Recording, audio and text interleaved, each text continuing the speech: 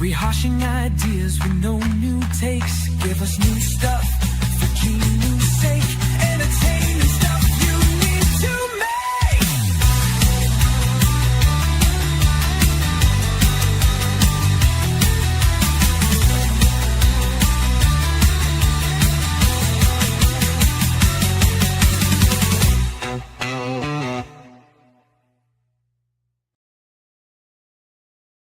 That old Yorkshire Geek with stories to unfold. Keep your eyes wide open and your soul won't grow cold. In the realm of the strange and the fantastical, lost in the dark, but it's light so magical. Hey up, it's Steve from the Old Yorkshire Geek, and welcome to the next episode of my series, my top 5 favourite movies from each year since I was born, or whatever I'm calling it. This time, we're up to 1997, and Wingrace says he's starting to remember these years now, because he's a young whippersnapper, and I'm an old fogey. So we're up to 1997, a great year for films. I've got my top 5, and I've got a load of honourable mentions. But before we start, don't forget to like and subscribe, share the videos, drop a comment, hit the notification bell if you're subscribed already. We're live on YouTube. Let me check and make sure we're live on YouTube. Yes, we are. Why is it never... Sorry, I'm checking on my YouTube studio. And it's never... The video preview always lags for some reason. I don't know why. We're live on Rumble and we're live on Twitch. Don't know why I keep doing Twitch. Explore the description for links for stuff such as merch, which I'm not wearing, again, because I keep forgetting, I'm stupid. My books, there they are. Amazon Kindle and paperback, give them a whirl.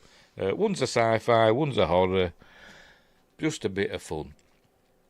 What else? Become a member, and then they get exclusive videos and early access videos and stuff like that. Super chats and super thanks and super stickers and all that stuff will be greatly appreciated. I'm sure I forgot something. Oh, links. There's links as well for like my other channels and my websites and social medias and Spotify and Amazon Music and all that stuff down there in the description. Right, let's get on with it, shall we? Let's get on with it. Oh dear. I don't know what I'm doing. Yes, we're getting on with it. I'm sure I've forgotten. I always think I'm sure I've forgotten something. And I'm sure I have. Anyway, so, here we go. So, my top 5 favourite movies of 1997. Hang on. Wingrace says, the amount of times you've said, I don't know why I'm still doing Twitch, adds up to more than the view time you've had on Twitch. Probably. Lol, not mocking you, mocking them. No, it's true.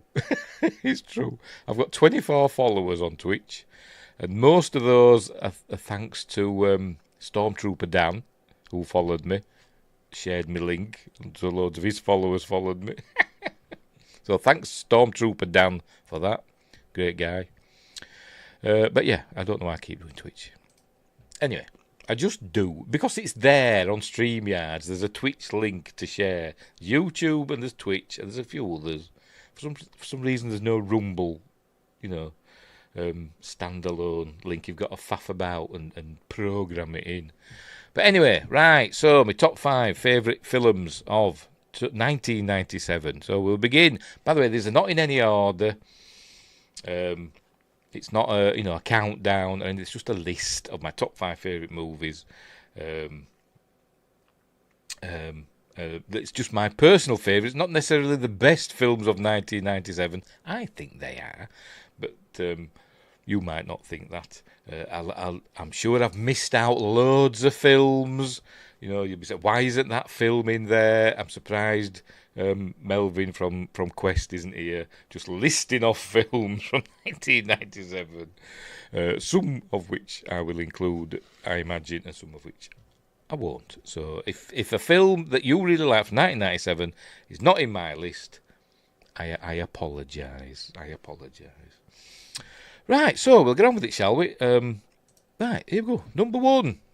Although not necessarily the best, although it probably is, to be honest, for me. Starship Troopers from Paul Verhoeven.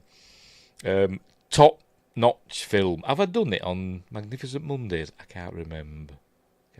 I think I have. I think I might have done it. But one of the great films of the 90s, in my opinion. It is up there with RoboCop, also a Paul Verhoeven film. I know that's not a 90s, but I'm on about in terms of audience satisfaction. It's a great film. Super gory, super violent. Some great special effects, both practical and CGI. But it is really, really good, and it's funny. It's satirical. It's got things to say about society, about the news, and just about politics and stuff like that, and about young people being thrown into meat grinders, in a distant war. But it is a lot of fun. It's based on the book by Robert A. Heinlein. I've not read it, so I've heard it's not very much like it, but who cares? It's a great film. And the sequels, I didn't mind most of the sequels either. I thought Heroes of the Federation, Starship Troopers 2, Heroes of the Federation, wasn't too bad. When I originally saw it, I wasn't a huge fan, and then I rewatched it, years later. I thought, actually, that's not that bad. And that was directed by, I forgot his name, Phil Tippett. It was directed by Phil Tippett, that one. And the third one, Marauder, were okay as well. That was kind of more of a straight-off sequel to Starship Troopers. But yeah, it's a lot of fun. Earth goes to war with bugs, arachnids. They call them arachnids. They're probably not spiders. They're just bugs of varying designs, and it is a lot of fun. And lots of people die in disgustingly bloody ways. So there we go. So that's Starship Troopers. By the way, and a great score from Basil Polidouris as well. Right. What's next? I can't remember what I've done, by the way. What's next? The Fifth Element. Bruce Willis, Gary Oldman, Mila Jovovich, who else is in it? Ian Holm, Chris Tucker. I think I said Chris Rock. I was getting mixed up. Chris Tucker, and who else? I forgot his name. The British comedian. Oh, I've got a book by him. Him as well. Directed by Luc Besson. Technically, it's a French film. I think maybe it still is. I don't know. The most expensive French film ever made. It was at the time. But it is a great film. I love The Fifth Element. I think it is brilliant. And I wish they'd done more of them or more films in that universe because it is a great universe. I suppose you could maybe suggest that... I forgot the name of that film as well. The other Luc Besson film he did that was based on that comic, which I can't remember what it was called. But the main characters were, well, one of them were completely miscast. City of a Thousand Planets or something like I can't remember what it was called. I enjoyed that. I thought it was great with a great opening sequence. But anyway, The Fifth Element. Bruce Willis is an ex-soldier in the future. An evil is heading towards Earth, and only Mila Jovovich can save the day. She plays Lilu, which is short for Lilu, something, I don't know. And she's the fifth element. She can stop the evil. Gary Oldman plays Zorg, who is a bad guy in league with the evil, and they never meet on screen. In a similar way, sort of, to that Captain Kirk and Khan never met in Star Trek 2. They never meet on screen. They nearly do. They kind of almost cross paths, but not quite.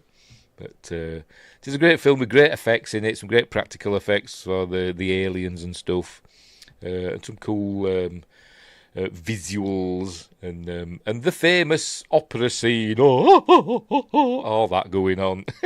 Everybody loves that. And we all sing along to it when we're watching the film. Don't lie, you do. And Justin's here. Yay, saying hello, everyone. Hello, Justin. You've not missed much. Starship Troopers and now The Fifth Element. A great film, I don't know who did the music. Eric Serra did the music for this. So this will have been, this is 97, so this is after he did the music. The awful musical score for GoldenEye. The title song for GoldenEye, really good. But the music for the film, the score, not great. But he did better with this one, in my opinion. And the depiction of New York is really, really good in this. It's like Mega City one. It's great. It's a shame that maybe Luc Besson should go and do the Judge Dredd movie. Anyways, that's Fifth Element. Great film. What's next, kids? Let's see. Dante's Peak, which is one we have done on Magnificent Mondays, I do remember. Speaking of James Bond, the GoldenEye, Pierce Brosnan, Linda Hamilton, Sarah Connor herself. I think you can count the number of non-Terminator films on the fingers of one hand that Linda Hamilton's been in. I can't think of any, apart from Dante's Peak and King Kong Lives. But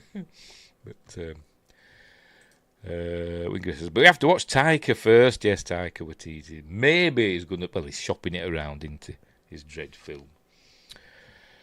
Where were we? Dante's Peak. Volcano film. The other Volcano film is not in my list. I'm not a big fan of that. I don't think it's very good at all. But this one I think is amazing. Directed by Roger Donaldson, who would go on as well to direct a Bond film.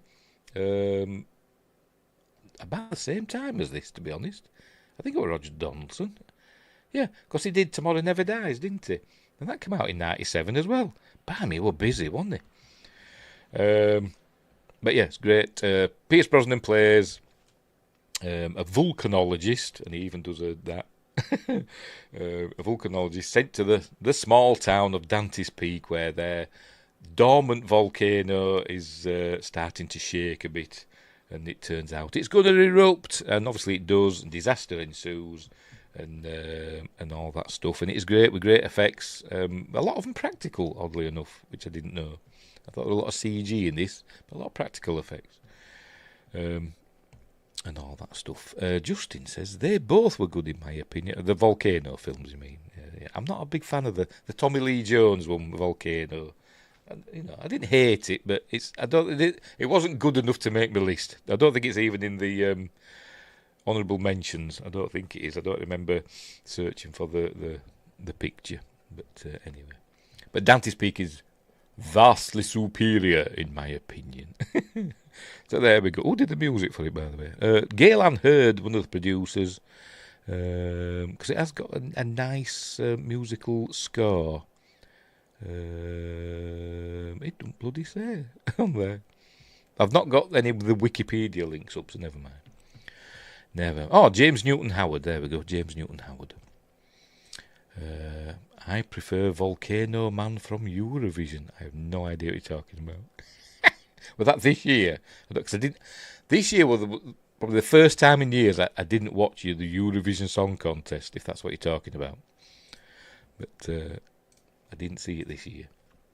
And I usually watch it because I really like the Eurovision Song Contest because it's mental. Anyway, next up, Contact, another one that we've done on Magnificent Mondays. One of my favourite films of all time. Oh, no, the Will Ferrell movie. Oh, yes, he did a film about Eurovision, didn't he? Which I've not seen, so I don't know. Right, fair enough. Fair enough. Best ever Eurovision song, straight up, Hard Rock Hallelujah by Lordi. It won in 2005, something like that, 20 years ago. The only time I think I've ever voted, the phone-in vote at Eurovision, I've ever voted for it, and it bloody won. Best ever Eurovision song. Where were we? Contact. Jodie Foster, Matthew McConaughey, and Tom Skerritt, and John Hurt, and who else? James Woods, Angela Bassett, Bill Clinton is even in it.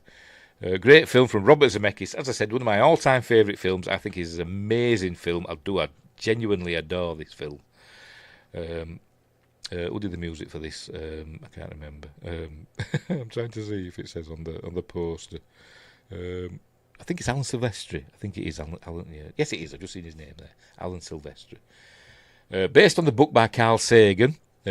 Kind of, I wouldn't say loosely based, but it does take liberties, obviously. But the book is a bit more, oddly enough, a bit more spiritual than the film, a little bit, but it is a great film. Earth receives a signal from outer space, and it's instructions to build a machine to go and visit the aliens, and Jodie Foster is the one that goes. Spoilers, and it is great. It is a great film. It's a film of, it's got action in it. But it's essentially a film of wonder and awe and the amazing heavens and all that stuff, and it is great, and it makes me cry because it's so magnificent and all that stuff. But there we go. So that's Contact. That was number 3, I think it was. Or was it 4? No, that was 4. So we've one more to go, haven't we? What's next? And the last one in my top 5 is LA Confidential. Amazing film. I watched it quite recently, actually. I hadn't seen it for a while, and I thought, I remember enjoying it. The previous times I've seen it, I thought, I haven't seen it for a few years. I'll give it another watch. And it is an amazing film. It's one of the best films ever made, in my opinion. Directed by Curtis Hanson. The only other film I can think of directed by Curtis Hanson that I've seen is The River Wild with Kevin Bacon. But I'm sure he's done loads of others as well.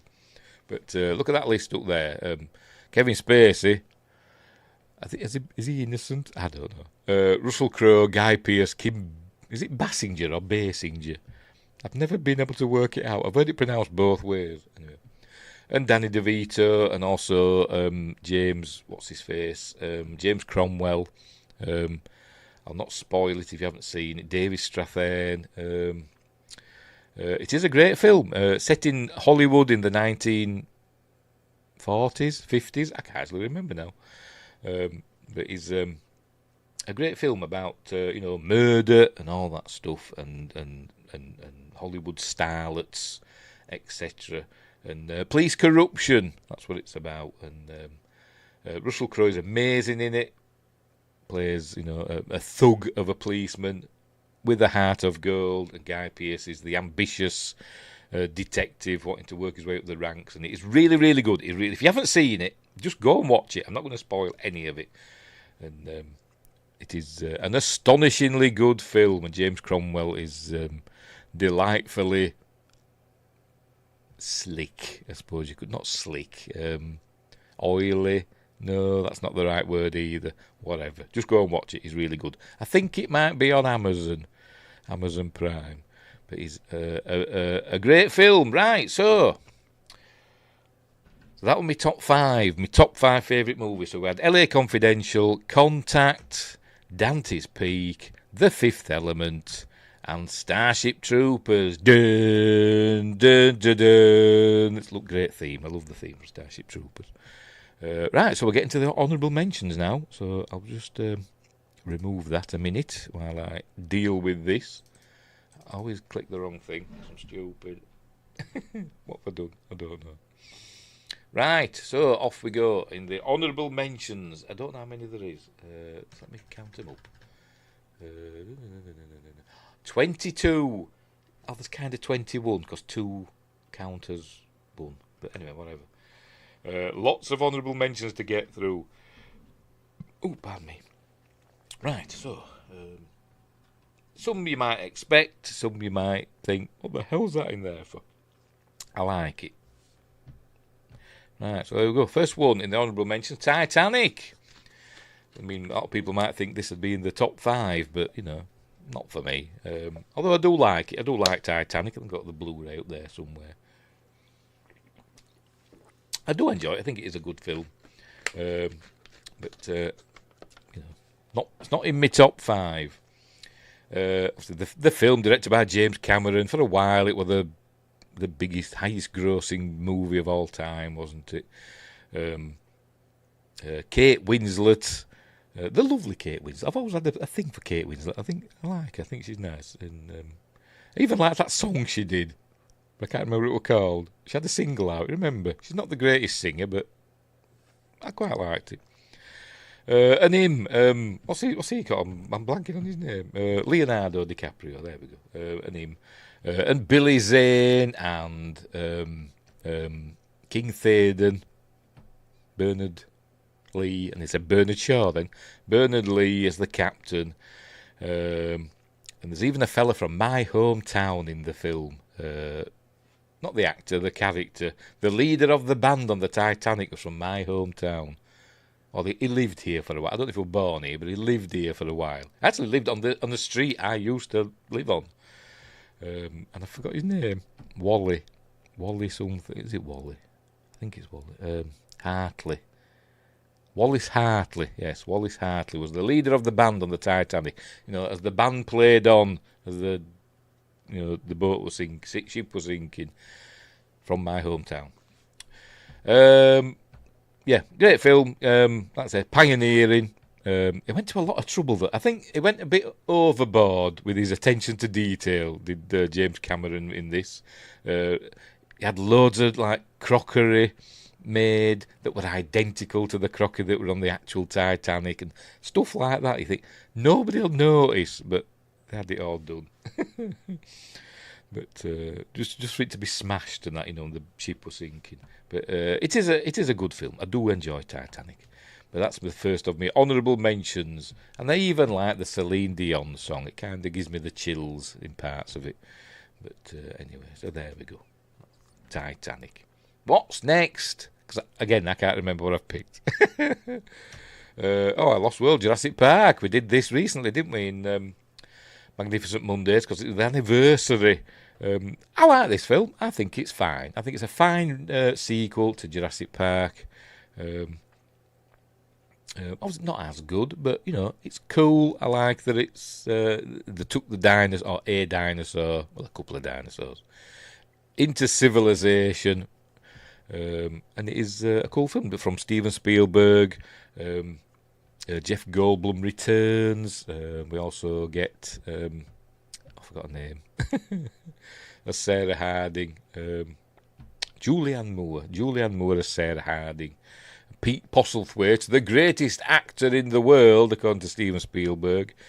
Would it be serious? I have no idea. But and a great score from John Williams. He returns as well. It is a decent film. They go to a different island this time for some reason. Why? I don't know. Why did this go back to Isla Nublar? They went to a different island. They didn't go back to Isla Nublar until Jurassic World, did they? But anyway, that's Lost World, Jurassic Park. I don't know why we call it. Why didn't they call it Jurassic Park, The Lost World? I don't know. They were originally just going to call it The Lost World, but because there's other films called The Lost World, the studio execs decided put Jurassic Park afterwards, so people will know it's a Jurassic Park film. Why did you put it first? Anyway, whatever. So that's that one. Next up, Men in Black. A film I like. That's it. It's in my honourable mentions, but I don't love. I mean, I might not have even included this in my honourable mentions because I don't know. It's not very much. Maybe it's a Tommy Lee Jones thing for me. I don't know.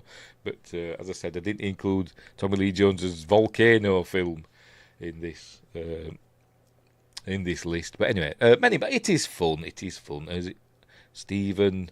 I forgot the name of the director. Soderbergh? No, it's not him. That's a different one, isn't it? Can't remember. But it's Tommy Lee Jones, Will Smith fighting aliens on Earth. They're here, in secret. The government knows all about it. But a baddie one comes and takes the form of that actor whose name I'm blanking on. But it's funny and it's got some cool practical effects and some okay digital stuff, CGI. And it is fun, I must admit. It is fun, and I do like the sequels as well. So I'm not going to be miserable anymore. I like Men in Black. Next. Speaking of James Bond, there he is. Tomorrow Never Dies. Pierce Brosnan. I think it's Roger Spottiswoode. Roger Spottiswoode that did this one. Two Rogers are getting mixed up. Roger Donaldson did another film though that I like. Did he do Shoot to Kill / Deadly Pursuit? Was that Roger? I get them mixed up. Anyway, this is Roger Spottiswoode, directed Tomorrow Never Dies. Kind of a bit of an underrated Bond film, in my opinion. And you've got Jonathan Price. Jonathan Price as the Bond villain in this. There he is. He plays a media mogul. I suppose it's kind of not based on, but inspired by me and names, I tell you.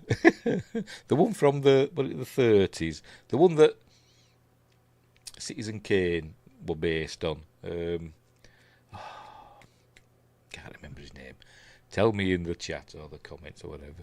But it's kind of based on him. The other, I will provide the war. If you want it, war in the news, that sort of thing. Is making events happen so he can report about it on his news channels and in his newspapers and his publishing empire and all that stuff. So that's about it. It's making it that the West and China are going to go to war, and it's him that's causing it all. But anyway, so there we go. So that's Pierce Brosnan as returning in his second James Bond film, and it's a good film. I like it, and it's got what's her face, Michelle Yeoh as a Bond girl, and she's all right in it. And me and names, what am I like? Lois Lane, Terry Hatcher as an old flame of Bond who, spoilers, unfortunately, don't make it to the end of the film. But anyway, so there we go. So that's Tomorrow Never Dies. A lot of fun. I do like that film. Not my favourite one though.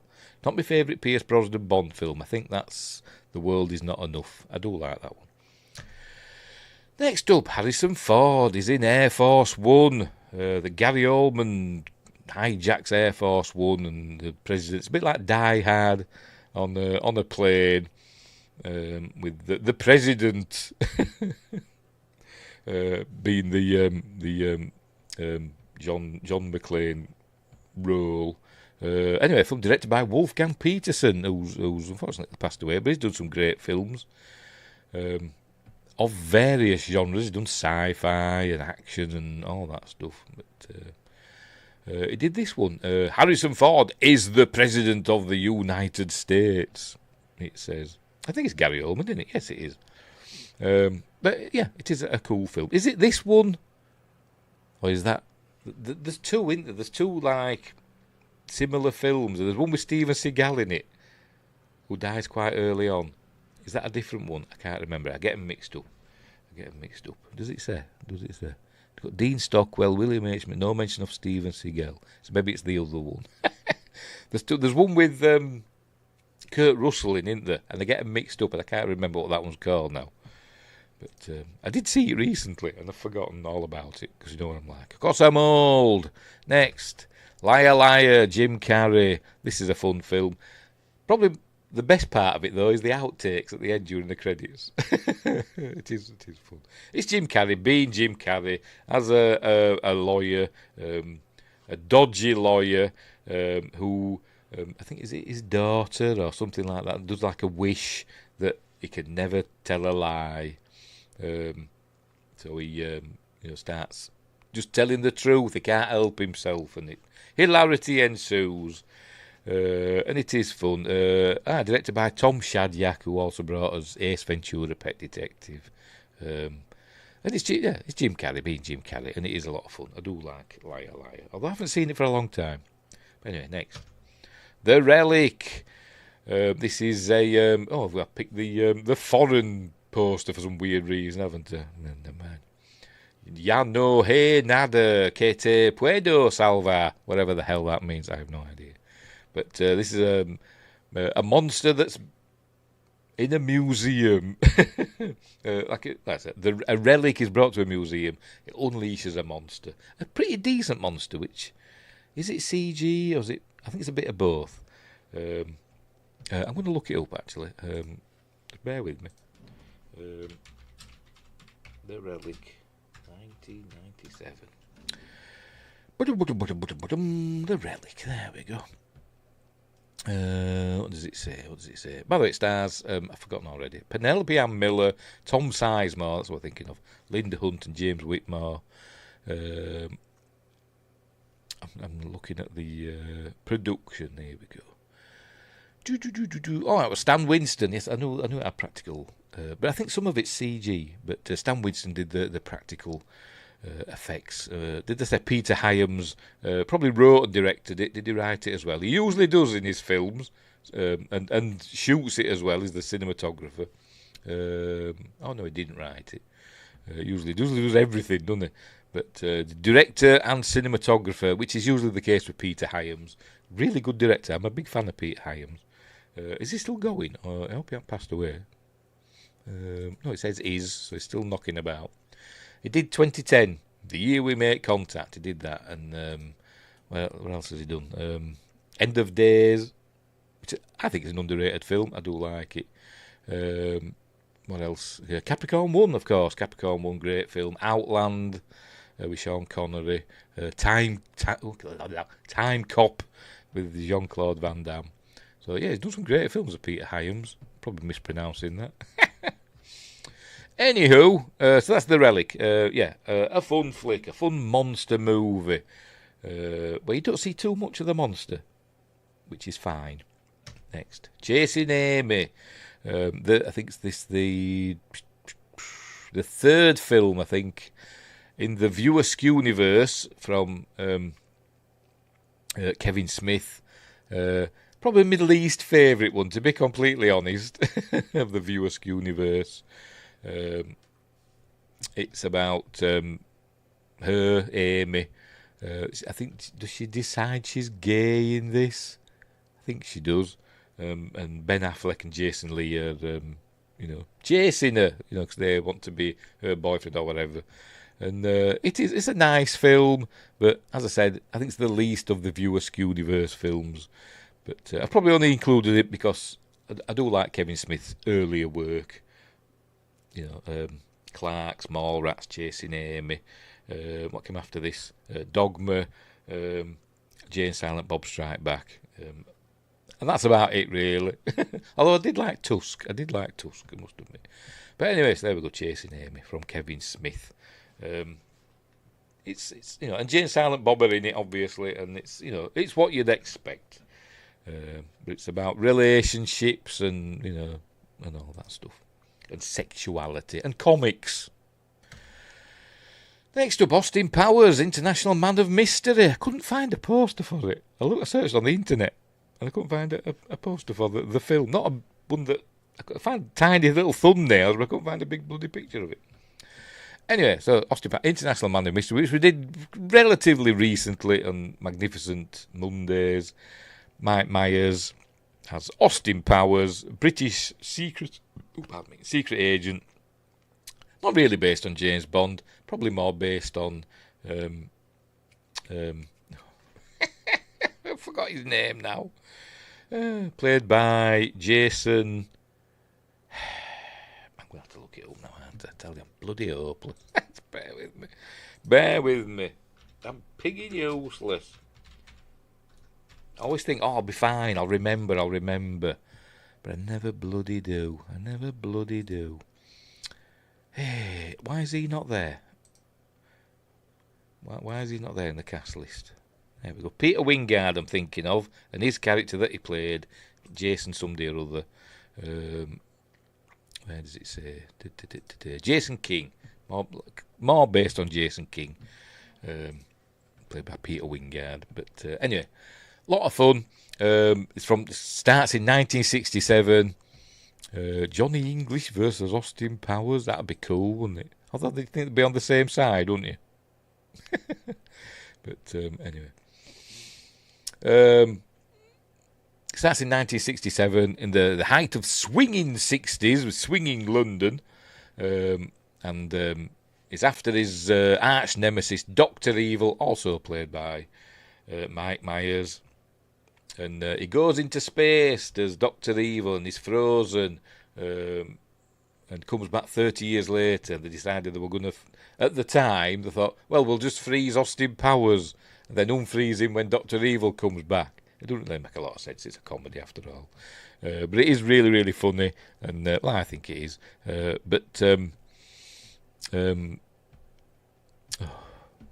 Why can't I remember anything today?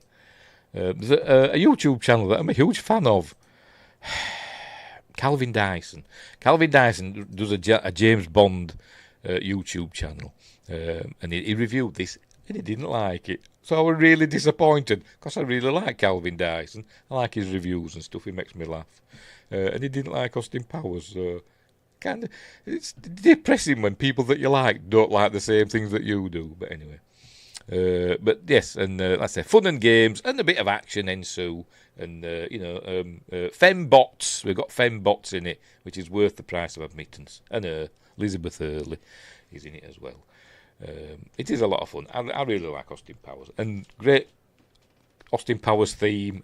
Soul Bossa Nova by Quincy Jones. Great stuff. Do. That one. Next. I can't because I'm not on it. There we go. Disney's Hercules. I kind of really like this one. This is one of my favourites of the Disney animated fare from the 90s. It is a lot of fun. It's got some great songs in it as well, and some great performances from the voice things. Well, shag me rotten, says Wingrace, doing his Austin Powers impression. But yeah, Disney's Hercules is a lot of fun. James Woods, again, from Contact, playing Hades, and they say Pluto then, but that's the Roman version, isn't it? Playing Hades, the god of the underworld, and he's trying to get, because it doesn't like Hercules, because Hercules is the son of Zeus, so it's sending monsters and stuff after him, blah, blah, blah, and he wants to raise up the Titans to take over Mount Olympus. Hercules have got to stop him, etc. It's that sort of thing, and there's cool sequences, and we even get a little nod to the Lion King because we see a lion skin rug that's made of Scar. So does that mean that the Lion King is set in in ancient Greece times? Must be. It must be. So there we go. That's Hercules. A lot of fun. Really, really, really good flick. Really good flick. I really like that one. I'd even like the game. They were like on the PlayStation 1, they were like a side-scrolling game, and I even like that. Although I probably didn't finish it. You know what I'm like with games. Next up, Face Off. John Travolta and Nicolas Cage. This film, it's a John Woo film, so there'll be doves in it somewhere. It's stupid. It is a stupid film, but it is hugely entertaining. The swap faces. One's a baddie, one's a goodie. One's a criminal, one's a cop. And the swap faces, and it's, what can that's it. So the goodie becomes the baddie becomes the goodie. It's so they can stretch their acting muscles and do both, can't they? So anyway, and I can't remember which is which starts being the goodie, which starts being the baddie. I can't remember. Anyway, it is a lot of fun. Some great action in it, and but it is stupid. Don't over-examine it. Next, Batman and Robin. Why have I included this and not Volcano? Justin? Why? To be honest, I don't know. But I do kind of like it. I do kind of like Batman and Robin. Even though it is rubbish, I still kind of like it. Mostly because Uma Thurman's gorgeous in it. I mean, she's there. Look at her. But probably mostly because Arnold Schwarzenegger's in it. And he's just hilarious. But probably not purposefully. But what destroyed the dinosaurs? The Ice Age. Even though that's not, factually correct, but never mind. But yeah, George Clooney, the most miscast Batman ever. Chris O'Donnell returns as Robin. Schwarzenegger plays Victor Freeze. Is that right? Whatever. Uma Thurman as Poison Ivy. We even get Bane in it. Not like Bane in Dark Knight Rises. Clooney was a good Bruce Wayne. Yes, he was okay as Bruce Wayne. He just wasn't a good Batman, was he? But this is why Superman works alone. God. Anyway, and Alicia Silverstone's just terrible in this film. She's awful in it. Your compost. Anyway, yeah. So that's stuff happens in it, and all that. Batman, he was not, says Justin. No, he wasn't. They were terrible, Batman. He was terrible. Anyway, so there we go. So that's Batman and Robin. A rubbish film, but I still kind of like it, even though it is rubbish. And I know it's rubbish. But if it's ever on, like going through the channels, I will start watching it. Because I don't know, there's something about it. It's like Star Crash from 1978, that film. It's an awful film, but I can't. It's car crash. It's a car crash, isn't it? You've got to watch. Anyway, next up, Spawn. Starring Michael Jai White, I do believe, if I'm remembering rightly. It is terrible, but yet fun. Yes, it is. Spawn. This is an underrated film, or kind of forgotten. Are they going to do another version? I'm sure I've read somewhere they're doing another version of Spawn. But it had some groundbreaking CG effects with his cape and all that in this, and the vehicles and stuff, that bike he had and all that. But the thing that let it down, I think, was the CG demon. I forgot his name in it. That looked absolutely terrible. But the film itself is a lot of fun. Yes, it is Michael Jai White and John Leguizamo as the main baddie in it, not the demon, the clown fella. Can't remember his name. And Martin Sheen as the human baddie in it. And it's also got, I forgot his name. He played Merlin in Excalibur. See if we can make it out on here. Let's have a look. Let's scroll into the poster. Nicol Williamson, there we go. And D.B. Sweeney as the fella that marries Spawn's wife. It is a good film. I really like Spawn. It's one I haven't seen for a while. Justin says Spawn is underrated. Great comics. I recommend the Spawn and Batman team-up comics. Okie dokie. So there you go. Recommendation from Justin. But I recommend the film as well. It is a lot of fun. It is as I said, I think it is underrated. Most people just remember the terrible demon. I forgot Malbolge, something like that. I can't remember. Malbolge or something like that. It's called, isn't it? It looks awful. It does look awful. But anyway, he plays a bloke, a secret agent sort of, like an assassin, Michael Jai White, who is what's the word? His superiors turn against him, and they have him killed, and he's burned to death.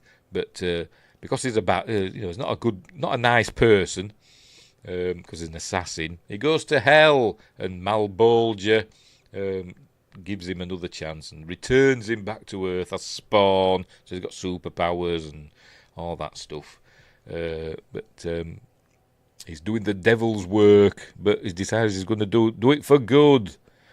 And also get revenge as well. It is a fun film. It is a fun film. I do like it. So there we go. Next, Conspiracy Theory. This is a Richard Donner film. Mel Gibson and Julia Roberts and Patrick Stewart, I do believe. Yes, Patrick Stewart. I think he's the baddie, I think. A decent film.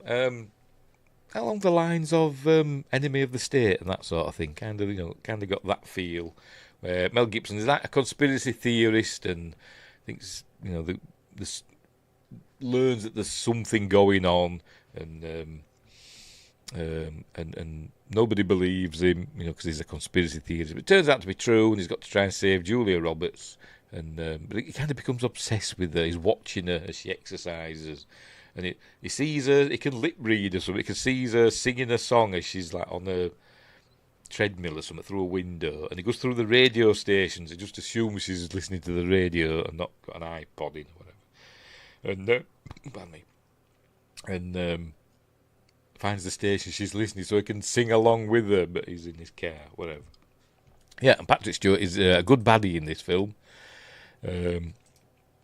Famous bit where he's got his eyes taped up and that, and he's strapped to a wheelchair and he escapes. It's a good film, it's Conspiracy Theory, but again, one I haven't seen for a long time. I'll have to look it up and see if it's on like Amazon or somewhere and give it another watch. Next up, Event Horizon. What a terrible quality poster I found, didn't I? Anyway, never mind. I forgot the name of the bloody director now. Did all the Resident Evils. I could look it up on here, couldn't I? If I could read the flaming text. Anyway, one of the best horror films of the 90s. It is a really, really good film. Sci-fi horror. The ship Event Horizon disappeared into a black hole, then returns X amount of years later. They send a rescue team led by Lawrence Fishburne, which includes Sam Neill and Sean Pertwee and Jason Isaacs. Say hello to Jason Isaacs. Paul W.S. Anderson directed it. There we go. Also wrote it with his producing partner, whose name I can't remember. My phone's going off.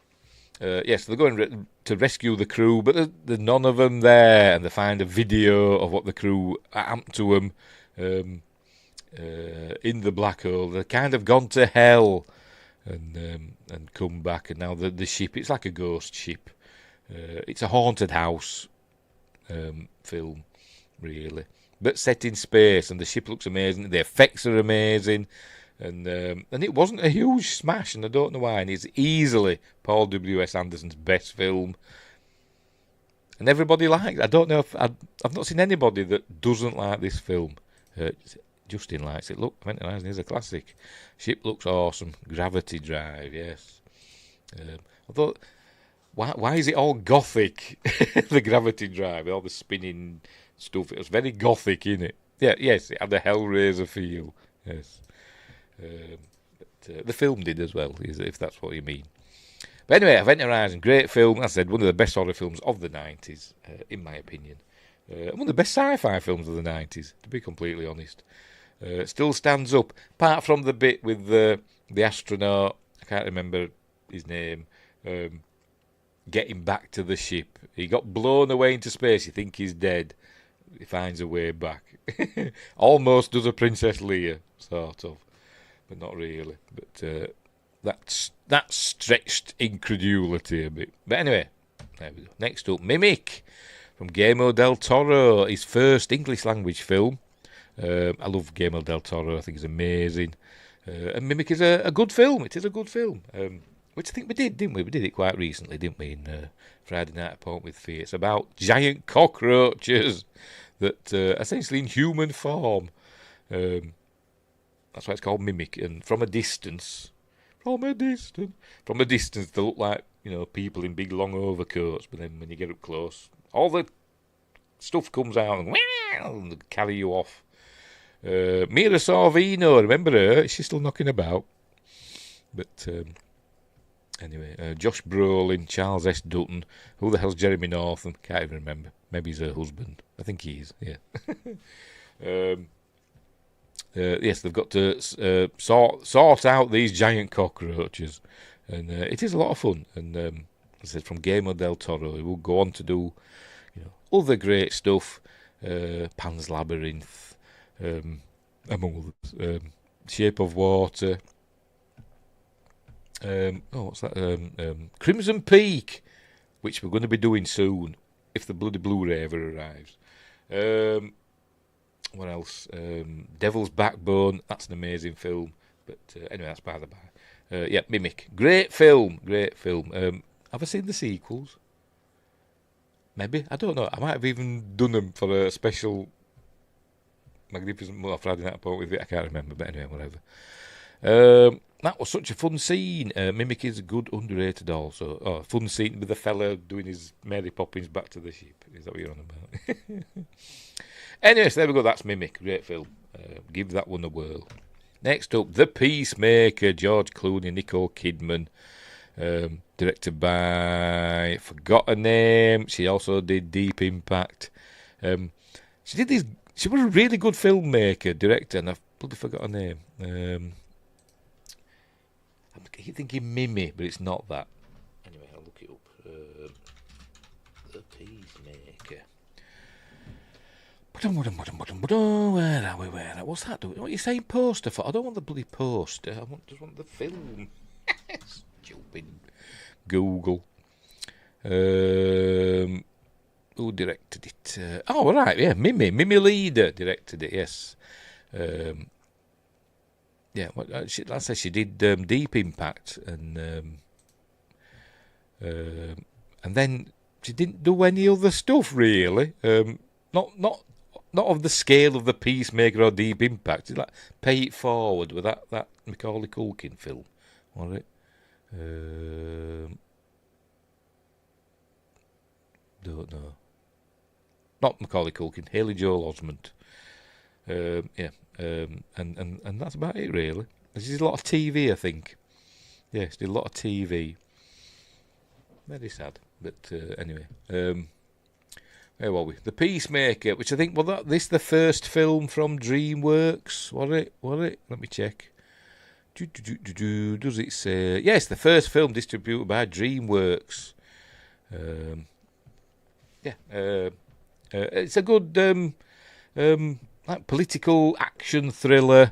George Clooney plays like a soldier. She's like a United Nations person, investigator, whatever. And it's about what happened after the breakup of the Soviet Union, and there's now these nuclear weapons floating about, and terrorism and all that stuff, and it finds its way to New York, and they've got to stop a bad guy, blah blah blah. Who plays the bad guy in this, by the way? Does it say? No, lots of foreign names. Armin Mueller-Stahl, he's in it as well. I think he gets blown up in a car, I think. I don't think he's a baddie, I can't remember.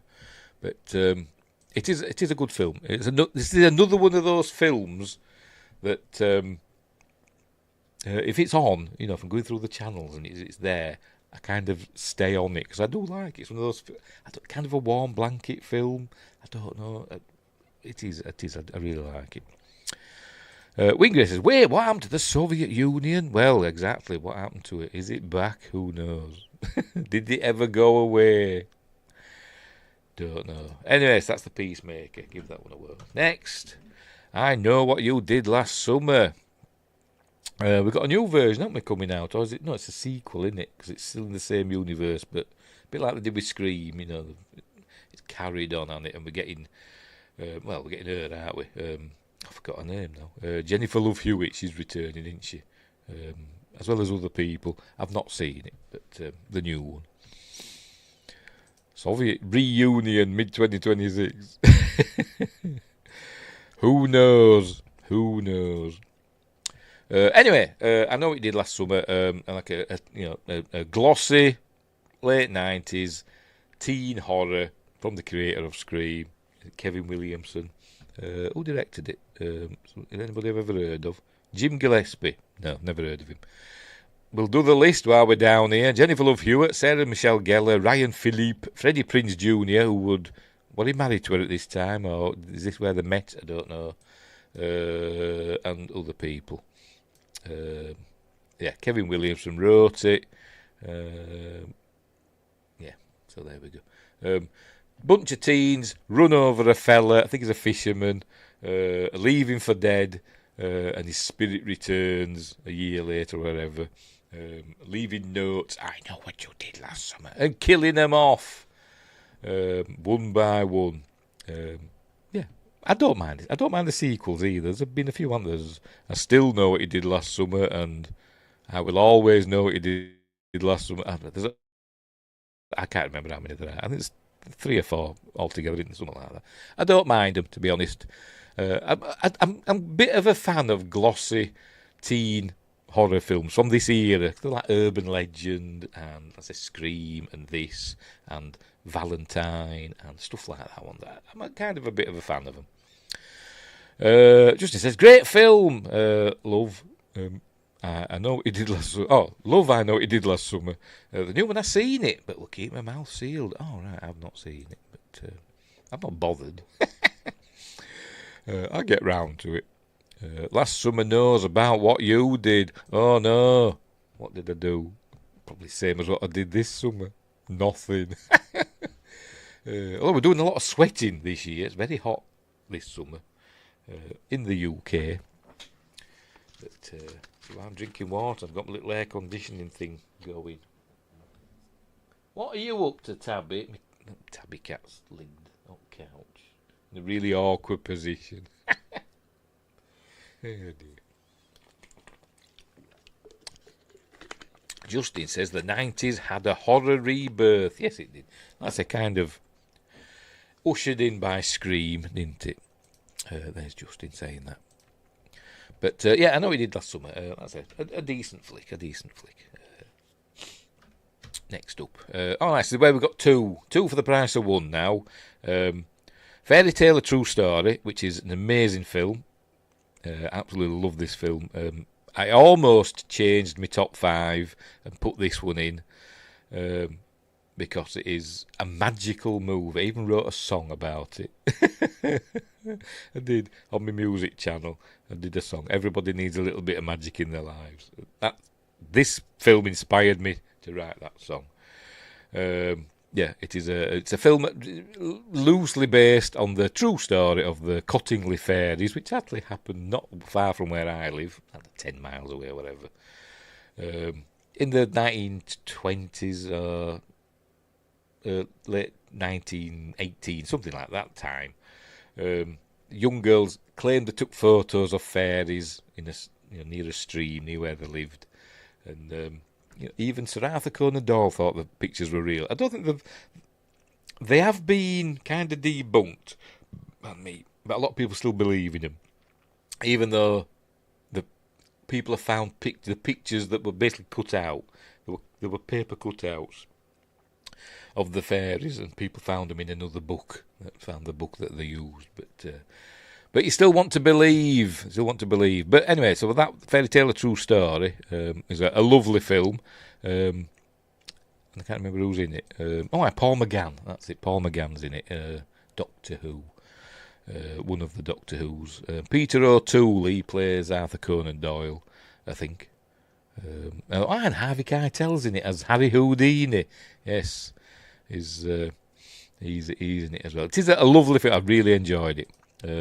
Said, wow, I know that story. Cool, you're near there. I've never been. I don't know. But it is quite close to where I live, Cottingley, in West Yorkshire. But at the same time, the same year as Fairy Tale: A True Story came out, the film Photographing Fairies came out, which is a lot darker. It's not the same at all, but it came out round about the same time-ish. It's in the same year anyway, and I can't remember who stars in it, so I'm going to have to look it up, because I think it's Toby Stephens, I think. Is it? I'm thinking of somebody else. We'll have to look it up. I think it's Toby Stevens. Photographing Fairies, 1997 film. Yes, it is Toby Stevens, and it's got Ben Kingsley in as well. And anybody else famous? I don't know. But yes, Toby Stevens. You may know from, if you've been watching Quest's Lost in Space, watch throughs is in that. And plays a man who wants to take photographs of fairies. But it's nothing to do with the Cottingley fairies, and these fairies aren't the same as the ones in Fairy Tale: A True Story. These are kind of woodland sprite sort of things that are not necessarily nice, but kind of by the end of it, it's suggested the fairies form a portal to the spirit world or to heaven or whatever, and it is really, really dark. Is this film, but it is good. It's not as good as Fairy Tale: A True Story because it doesn't have that magic. It's kind of more. I won't call it a horror film, but it's sometimes it's not far off. But it is still a good film. So that's two films from 1997 about fairies: Fairy Tale: A True Story. There we go, and Photographing Fairies. But of those two, I would recommend that. Really, I love that film. I know it is astonishingly good. Next up, Alien Resurrection. Yeah, I'm one of those weird people that really, really likes Alien Resurrection. I don't know why it gets, the criticism that it gets. I know it's not perfect. It's not as good as the other. I think it's better than Alien 3, in my opinion. But I don't know why it gets the stick that it does, because I think it does. It does a good job of continuing the story of Ripley. Sigourney Weaver returns as Ripley, but not the Ripley that we saw in the previous films. Spoilers. She's a clone. They've cloned her from samples taken on, according to Brad Dourif in the film, Fury 16. Did he watch the film? I reckon, because it was written by Joss Whedon for this film. Which he's like apologised for it. I don't know why. It's a decent film. I like it.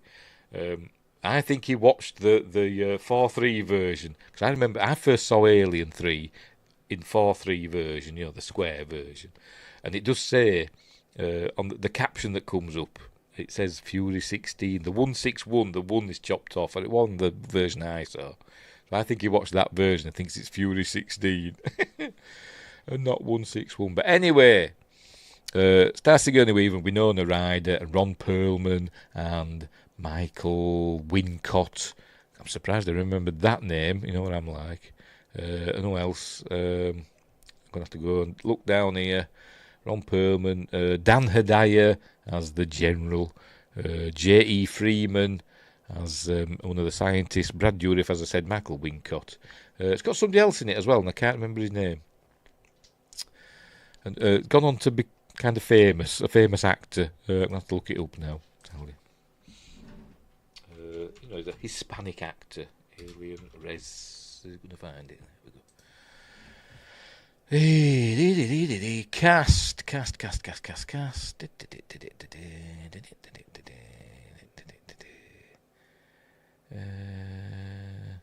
Or am I mistaken? I think I might be mistaken. Is it him? Yes, it is. Raymond Cruz. I'm actually thinking of somebody else. Yeah. I've seen him in other things, but he's been Breaking... Yes, it's Salamanca. Tuco Salamanca in Breaking Bad. But I wasn't thinking of him. I was thinking of somebody else.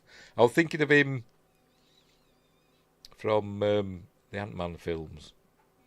Does the monologues, the humorous monologues about what's happened. I'm thinking of him. I can't remember his name either. But no, it's Tuco Salamanca. He's in it from Breaking Bad. But anyway, Justin thinks it's better than 3 as well. Yes, so do I. That's it. Set 200 years after. Apparently, according to the timeline, the alien timeline, because I did look it up once, it is exactly 200 years after the events of Aliens and Alien 3. So it's set in 2379, apparently.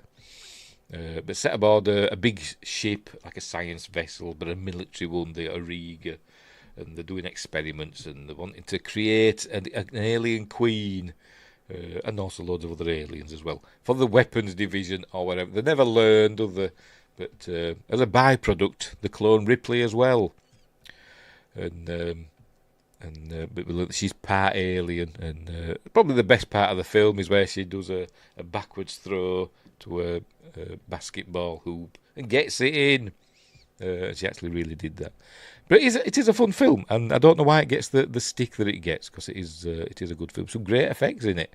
I think they're fine, the effects in this film. CG, ray tracing CG for the aliens. We see them swimming and all that stuff, and I think it looks amazing in places. Directed by Jean-Pierre Jeunet, who had done The City of Lost Children, which I've not seen.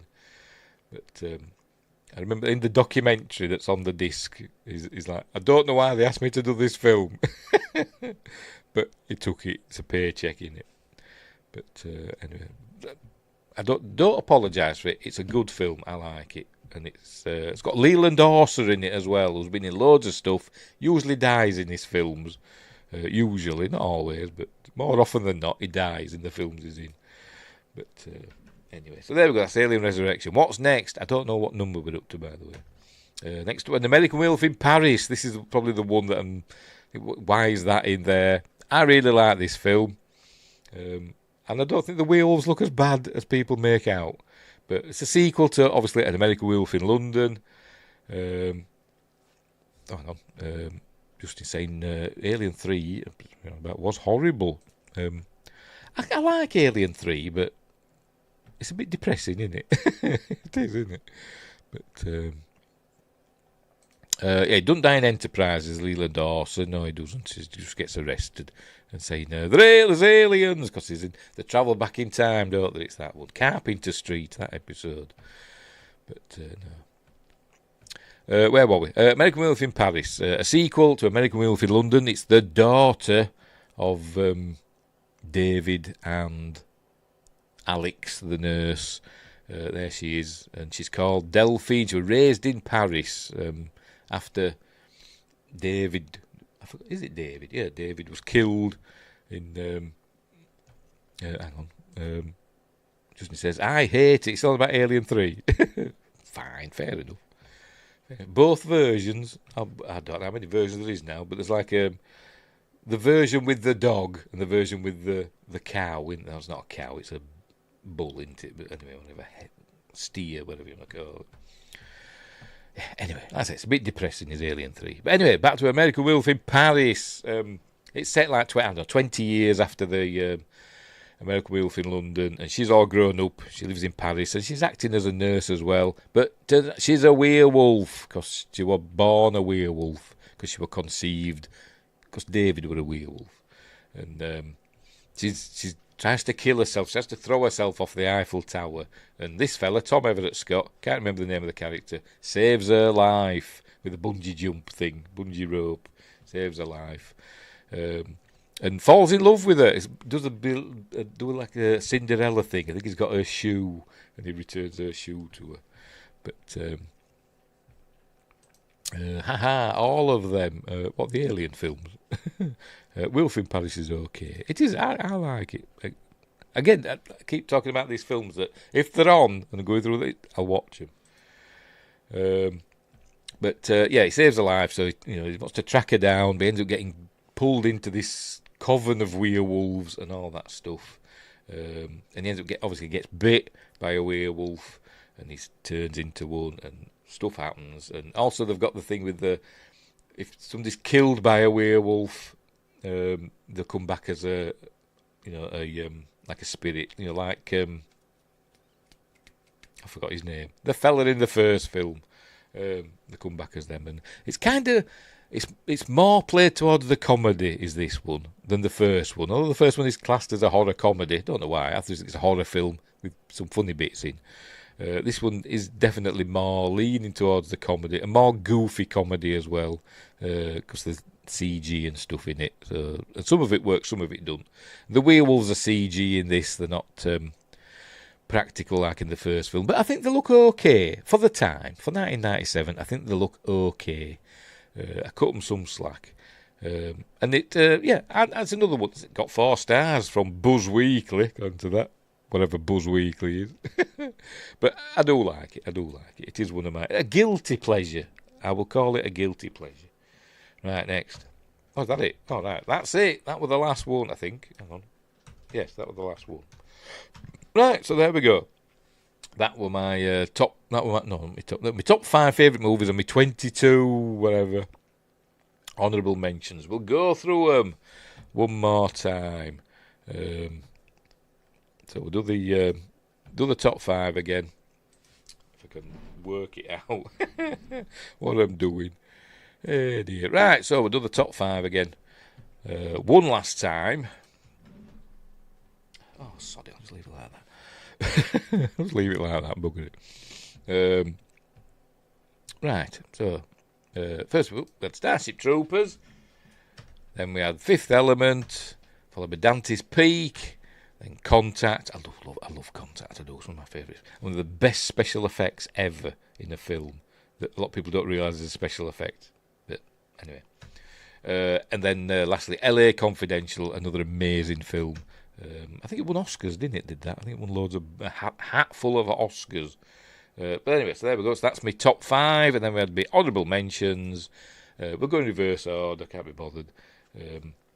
Faffing. American Werewolf in Paris, Alien Resurrection, Photographing Fairies, and Fairy Tale: A True Story. Which is, I love that film. I genuinely adore that film. I know what he did last summer, The Peacemaker. There's not much peacemaking going on in it. Mimic, Event Horizon, Conspiracy Theory, Spawn, Batman and Robin, Face Off, Hercules, Austin Powers, Chasing Amy, The Relic, Liar Liar, Air Force One, Tomorrow Never Dies, Men in Black, Lost World, Jurassic Park, and Titanic. There we go. Justin says, Contact is awesome. It is one of my favourite films of all time. LA is good also. Yes, it is. Well, it's better than good. It's amazing. LA Confidential is an amazing film. So there we go. So that's my top 5 favourite films and 22 honourable mentions for 1997. What we got coming up in 1998? I haven't got my list ready. I usually have it ready and I forgot. Hang on, where are we? Where have I put it? It's down here somewhere. Where are you? There you are. Top 5 movies. Rich text format. Hey, scroll down to 1997. There we go, 1998. Right.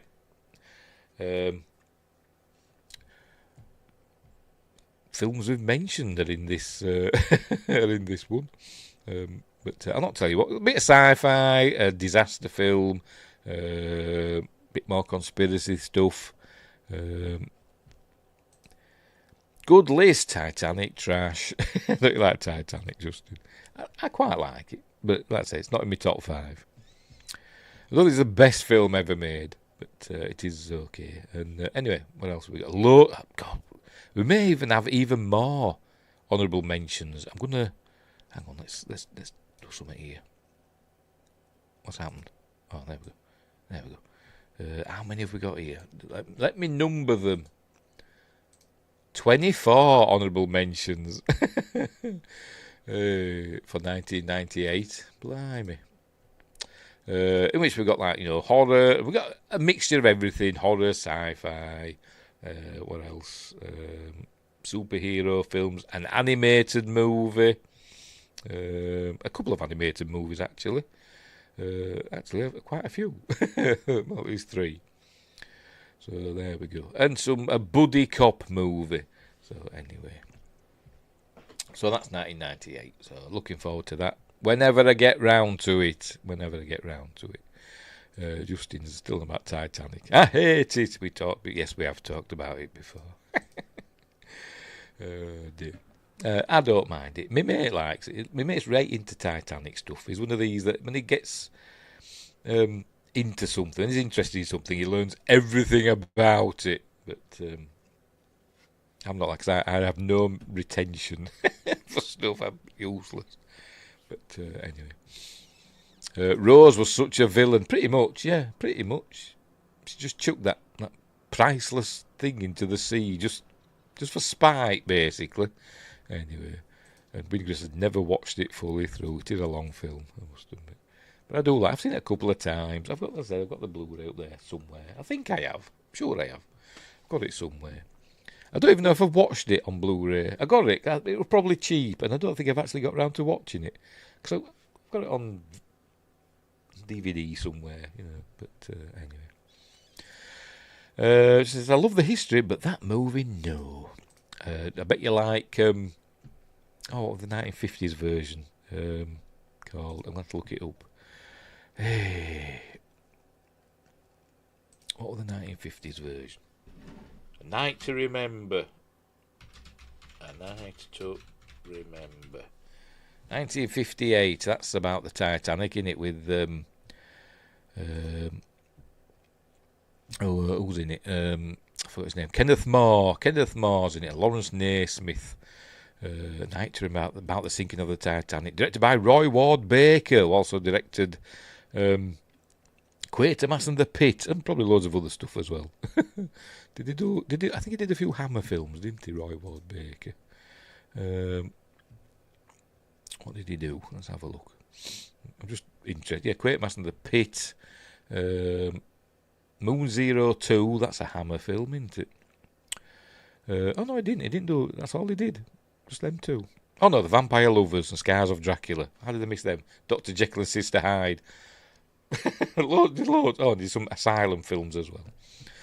Anyway, but that's by the by. That's a different one. I like that movie, but 97 one, no. I'm going to sing now. Our heart must go on, just for Justin. No, I'm not. Right, we'll leave it there. We're all done and dusted. For another show. Kenneth More, Sink the Bismarck.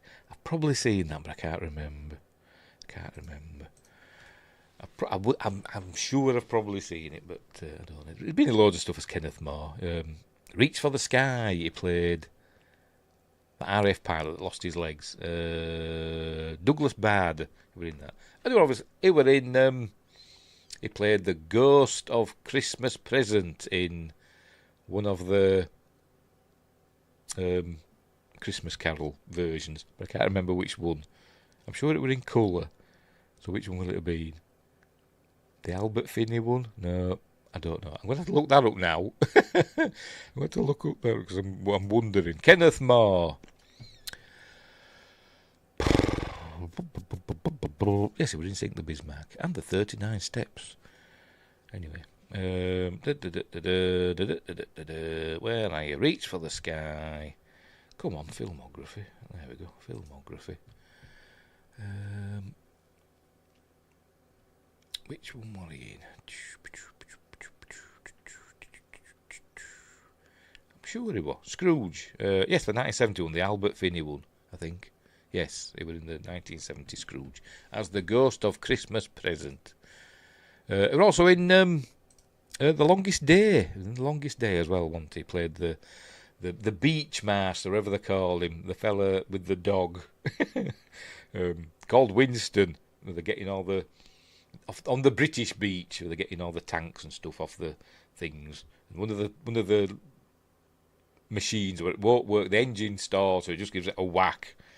So come on, get off my beach and all that stuff. But anyway, that's by the by. Going on about films from the past now. From before I were born. Anywho, as I said, we'll leave it there. So what's coming up next? What day are we on? Wednesday? On Friday. Friday Night Apart with Fear this week. We're doing Cabin in the Woods, which should be fun. Cool film. Chris Hemsworth. It was actually made, filmed and everything. It was one of these films that sat on the shelf or whatever for like 2 years or something, didn't it, before it was released. Chris Hemsworth, I think he filmed this before he became Thor. Then He became a superstar. So they released, probably on the back of that. And then next Monday, for Magnificent Mondays, we're doing Deep Blue Sea. Kenneth More were in a film called The Deep Blue Sea. I don't think it's about sharks, though. But it's not. This isn't that one. This is the one with Thomas Jane and the lovely Saffron Burrows and others. Samuel L. Jackson, etc. About sharks. And it is a fun flick. I like it. Right. Yeah. So there we go. We'll leave it there. Right, so thanks Justin and Win Grace. Did anybody else pop in that I didn't notice? Let me check. Jorge Ramosod doing his stream boo stuff over on Twitch. Is anybody else popping? No, not that I can see. Let's have a look over on Rumble and see if anybody's left a message on Rumble. Of course they haven't, because very rarely they do. But never mind. Right, so we'll leave it there. I'm going to play another game at some point, but not Alien Isolation. Because I gave up on that today. But anyway, I got really angry. And I've deleted it off my PlayStation in anger. Done an anger delete. So we'll do Ghostbusters or something next. Anyway, right, so thanks for watching. Hang on, let me get sorted before I start doing all that. Thanks for watching, wherever you are. Look after each other, and until next time, I'll see you. That old Yorkshire Geek with stories to unfold.